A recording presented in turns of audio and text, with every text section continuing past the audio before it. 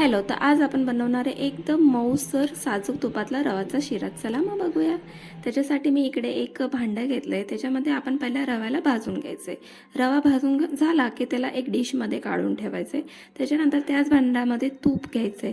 त्याच्यामध्ये आपण काजू, मनुके, बदामला चांगलं असं भाजून घ्यायचं आहे आणि त्याला सुद्धा एक साईडला काढायचं आहे. मी इकडे एक साईडला पाणीसुद्धा गरम करायला ठेवलेलं आहे. त्याच्यानंतर जो तूप असतं त्याच्यामध्येच आपण रवा टाकायचा आहे.